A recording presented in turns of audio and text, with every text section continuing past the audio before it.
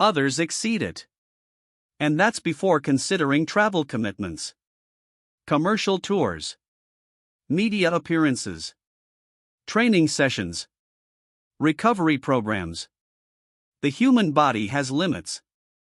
Football's calendar does not. Chapter 3, Klopp's warning. When Jurgen Klopp spoke about the situation, people listened. Because Klopp isn't known for making dramatic statements without reason. Over the years, he repeatedly warned about player welfare.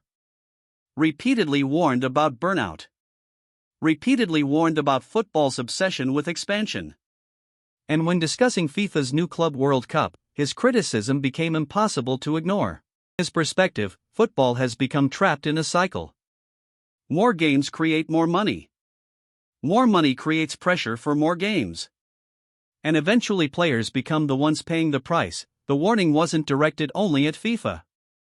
It was directed at the entire football industry. Because every governing body wants growth. Every broadcaster wants content. Every sponsor wants visibility. Every organizer wants revenue. But nobody seems willing to remove matches from the calendar. Everyone wants to add. Nobody wants to subtract. And that creates a dangerous situation. Chapter 4, the player burnout crisis. Burnout doesn't happen overnight. It's gradual. Invisible. Difficult to measure. But devastating when it arrives. A player may appear healthy. Appear fit. Appear available. Yet mentally and physically, they may already be exhausted. Sports psychologists have increasingly discussed the issue.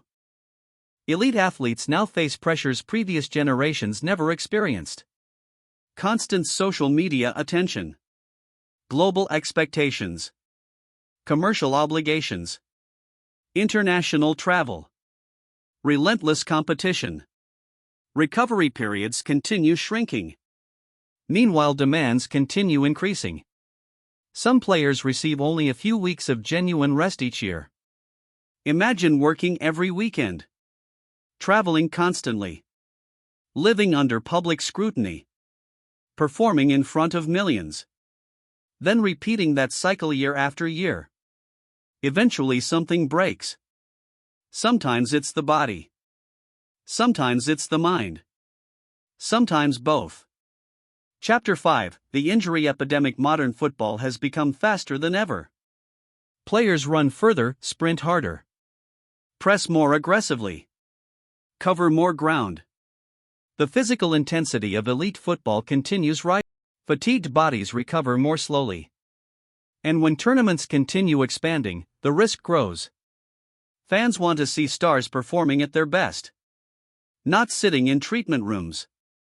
Yet every additional match increases the possibility that football's biggest names miss its biggest moments. Ironically, the tournaments designed to showcase stars may ultimately destroy them.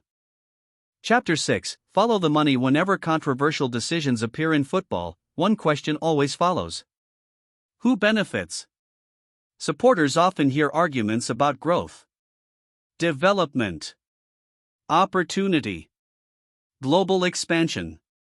And sometimes those arguments are valid.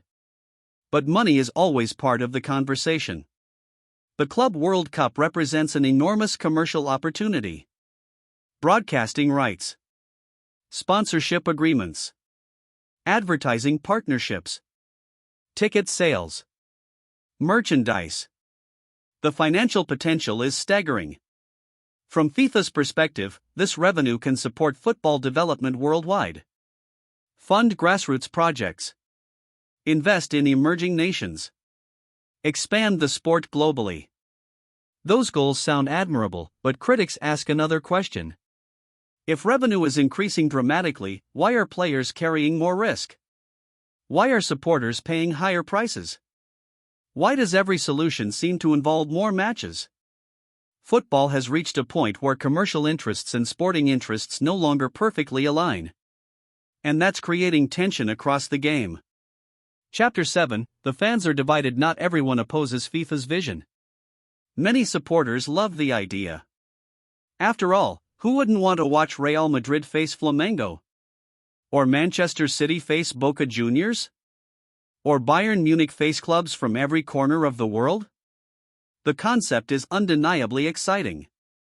Football fans love elite competition. And a global club tournament promises exactly that. But excitement and sustainability are not the same thing.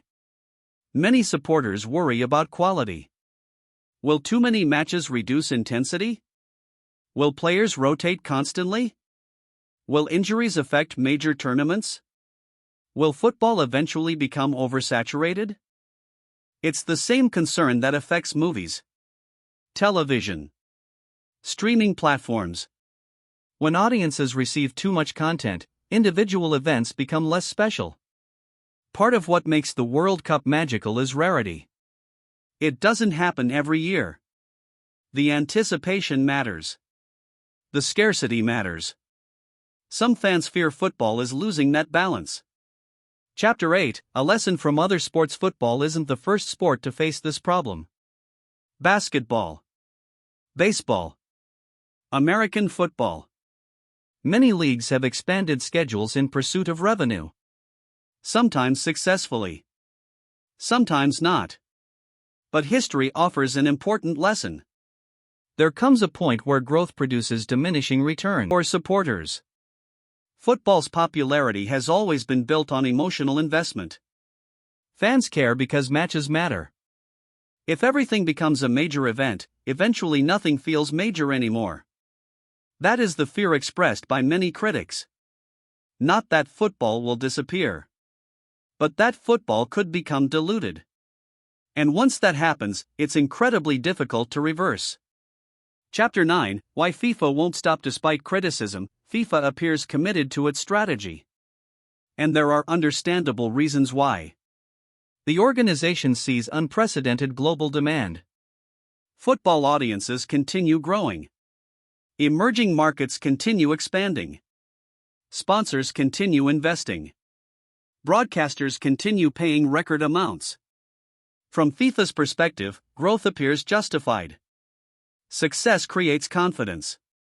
Confidence creates ambition. Ambition creates expansion. The problem is that success can sometimes hide long-term risks. When revenue is increasing, warning signs become easier to ignore.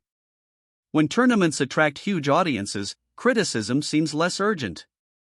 But history shows that industries often discover problems only after damage becomes visible. And by then, solutions become much harder. Chapter 10, The Future of Football. The real debate isn't about one tournament. It's about football's future. What should the sport become? A global entertainment industry? A premium television product? A non-stop content machine? Or something closer to its traditional roots? There is no simple answer. Football has always evolved. Rule changes. Technology. New competitions. Commercial growth. All of these have shaped the modern game, but every generation eventually faces a question. How much change is too much? The Club World Cup has become a symbol of that debate. For supporters of expansion, it's a celebration of football's growth.